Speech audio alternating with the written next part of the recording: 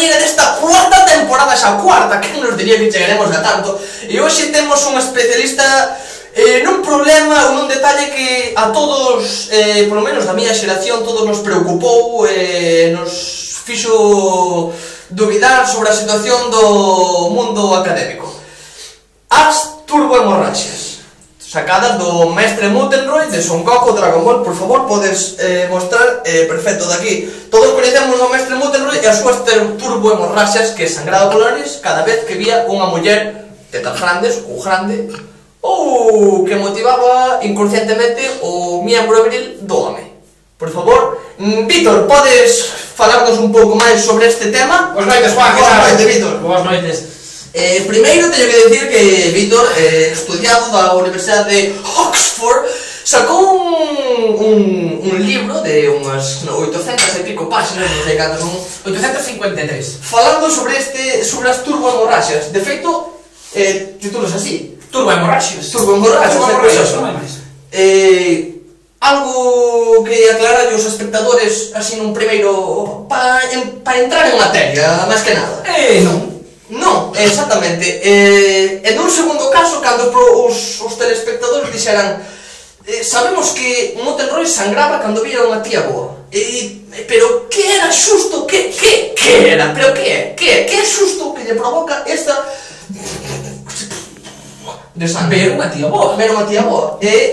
Inconscientemente aquel lóbulo prefrontal, frontal, parental, occipital, parental ou accidental do cerebro actuaba. Ben, é unha zona neurosensível o que é a figura femenina que activa unha serie de impulsos nerviosos que fan estourar os capilares sanguíneos da nariz. O que non, por favor, sei que resulta un pouco gracioso, pero o que fai estourar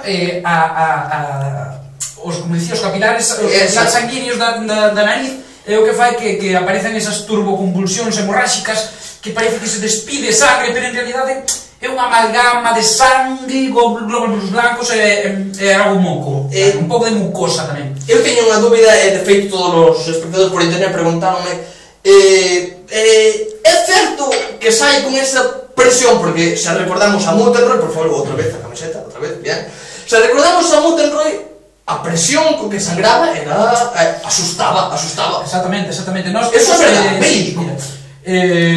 Os últimos cálculos que fixemos, pois están, agora mesmo estamos baseando a presión, estamos calculando entre 6 e 12 bares. Sí. Estamos tanteando aos poucos, porque non sabemos como Akira Toriyama quixo expresar esa potencia, entón non sabemos se a escea foi acelerada en sí ou esas turbohemorraxias eran lentas de natureza. Pero depende da calidade física da muller ou simplemente vai con decir, pois esa muller é guapa, é bo, non.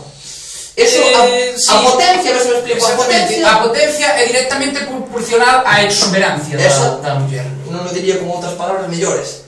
Obviamente, non tens un vocabulario tan extenso como o meu. E aí me surxe a miña nova pregunta. Todos vimos na serie de Akira Akira. Sempre se poñía nervioso, se empalma, que tiña turbohemorraxias, con tías bastante guapas, buenas, cachondas, etc. Imaginémonos por un momento que Mutenroy se atopa cunha travesti de cara destas travestis que non parecen que non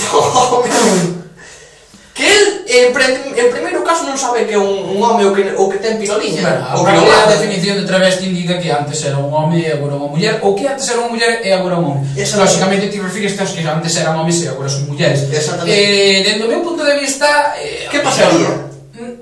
Se el se dese de conta, non pasaría nada, quedaría el típico botón en plan por detrás. Sí, ou caería de cu. Pero se non se dese de conta, volvería a ter unha turbohemorraxia. Tamén? Sí, obviamente. Se fose exuberante a beleza de... Porque, a ver, que antes fose un home non quer decir que como muller non sexa guapo. Exactamente, pero vou ir, se me permiten os telespectadores, vou ir un paso máis aló. Imaginemos que en Mutenroy, ou calquera persona que padece porque é unha especie de enfermidade, as turbohemorraxias, non? Sí, hereditaria, saltase unha xeración. Saltase unha xeración. E imaginemos que está deitándose, acostándose ou ligando con ese travesti ou travestí, que nunca souben onde está, se ten tilde ou non tilde, non ten tilde ou tilde ou ten tilde, non sei. É un caso perigoso que me estás comentando, é un caso moi perigoso. Eu creo que te refires ao feito se se decata no momento da cópula de que ese travesti está sen rematar, non?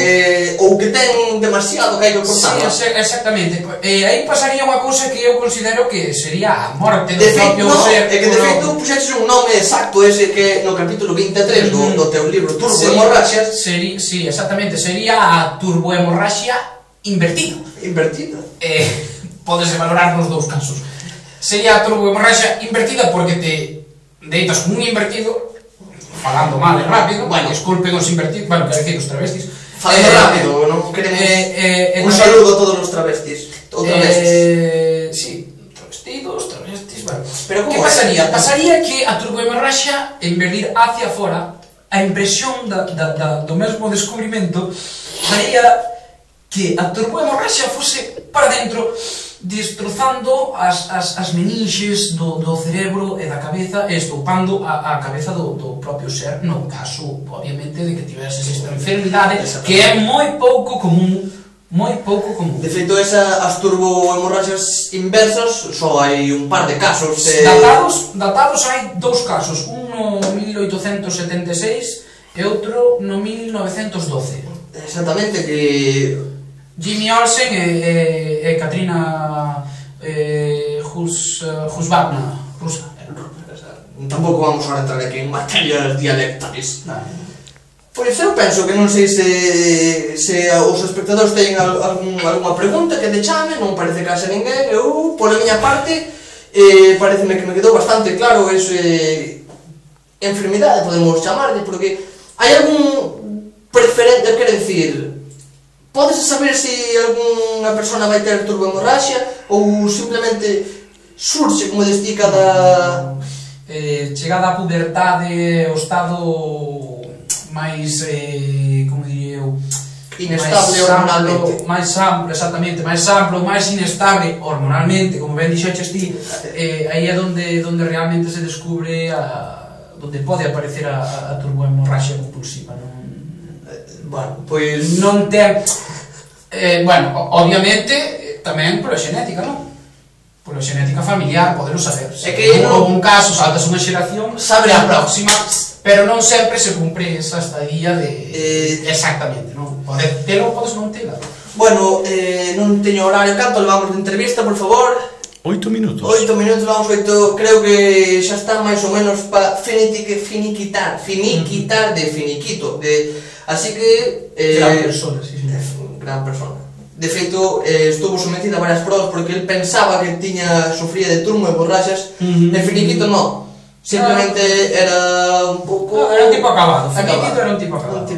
Pero bueno, non vamos a entrar en penurias, nin penumbras, nin penes, porque tampouco se trata o tema. Por min, deixamos aquí a nosa primeira entrevista da cuarta temporada. Quero seguir matizando, seguir véndonos na canle do Mescalto no YouTube, insultádenos, pedídenos temas, o que vos salga dos mesmísimos testículos. Boas noites, señor Víctor, o noso novo cámara, Samuel, e un presente, ou presentador.